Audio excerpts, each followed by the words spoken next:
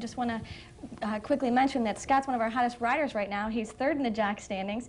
He's got 2 stakes under his belt, won the Cleveland Oaks, and he also finished second in our Ohio Derby 5K run. So best of luck to you. Thank you. Continue your great work. We're very excited about all the work you're doing for us. Thank you. Great.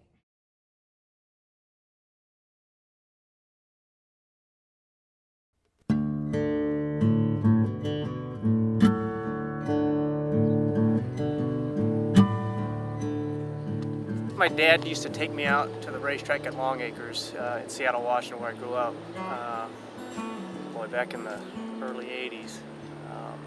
And it was just something I enjoyed. I saw the athletes, so to speak, were small. Of course, I was small stature at that time. Growing up in Hawaii before we moved to Seattle, big thing was always football. But as I played Little League football and didn't grow up like the other kids did, as I got older, I had to find another avenue for me to compete in sports, and horse racing seemed like the choice.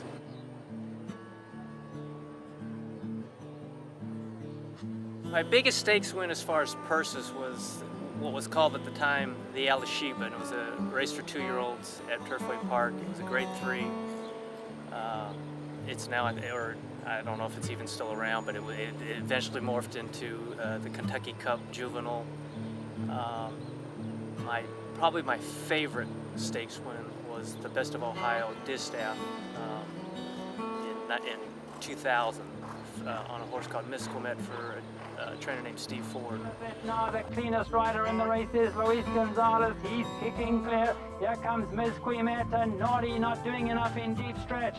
But Dream a Bit is game. Ms. Quimet coming at her with every stride. In deep stretch, it's going to be a tight one, but Ms. Quimet gets up to win it there from Dream a Bit. Naughty was Wasn't the best horse I've ever ridden, but it was for Steve Ford, who had been so supportive of me throughout my career. That was probably the most satisfying, and no offense to or disrespect to anybody, all the other people that I've won numerous races for and numerous stakes for, but that was very special for me.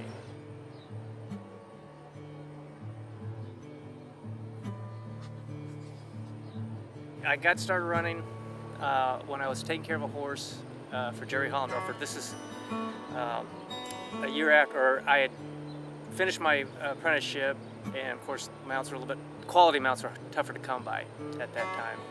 So I took some time off. I worked for Jerry Hollendorfer. He had a nice horse named King Glorious back in the late 80s.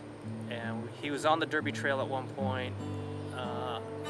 Injuries caused him to miss that, but we were able to go to the Ohio Derby. And while I was there for about 3 weeks, they had an Ohio Derby fun run. It was a 5K. And somebody asked me if, hey, do you want to run in it? And I said, okay, well, why not? And so I did, and I finished first in my age group, and so I thought, well, hey, maybe I could be pretty decent at this, and that's how it started. That was my very first running race I did, and at that time, marathons was a big thing. Half marathons was quite a popular race, so I kind of geared myself to try to compete in one, and it took me quite a while, probably about 3 years before I finally was able to run one. I had injuries along the way training, but I competed in 2 marathons in Hawaii in 2000 and 2001. And then since then I've always kept running, and now my distance preference is a half marathon. Galloping in the morning, I did that from 2011 till 2017.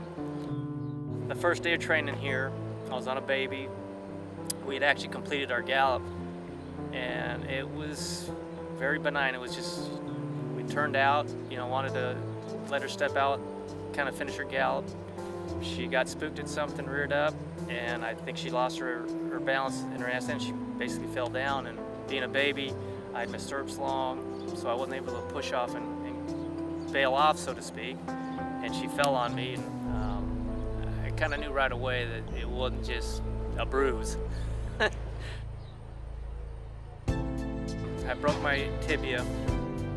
I had a ACL tear in 2006, and when they saw the x-rays, they said, well, that leaves us with only one option, and that was to put a plate in. They couldn't put the rod in that was an option that was not available anymore.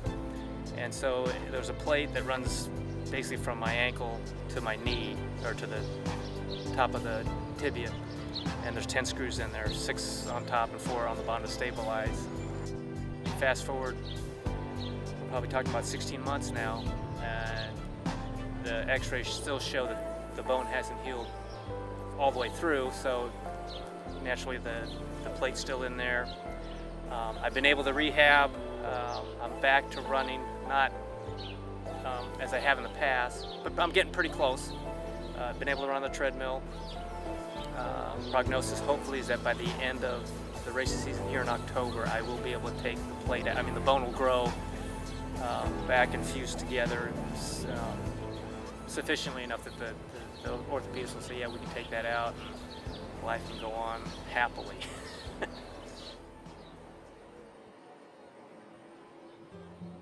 You know, you look at the formation of the race, you know, we're always talking to each other during the race. 2 stewards are watching it live through binoculars, and 1 is watching it on TV with multiple views of the race. In layman's term, we're the referees of the racetrack. The trouble spots are going into the turns, coming out of the turns, down the lane. So we're looking for any indication where an incident may be occurring.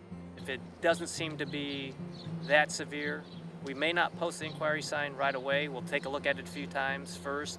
If we think it's egregious enough, we'll flash the inquiry. You know, we're waiting for an all clear from the outrider, or that a claim of foul has been lodged. So if we hear that, then of course then we want to hear testimony from the riders involved. In the meantime, then we are looking at it multiple times to get our judgment of the race. We'll listen to the riders, hear their testimony, and try to apply that together with our experience, and then we'll make a decision. I think if you ask a lot of stewards, and they ask what's the hardest part of being a steward, and they'll say getting the job is probably the hardest, because there's a lot of qualified people, but only a limited amount of opportunities. And so when it does come open, you kind of want to take advantage of it. And that's, again, something that happened to me, an injury to myself, and unfortunately a health concern for another kind of meshed and it put me in this position I am, and I'm happy for it now.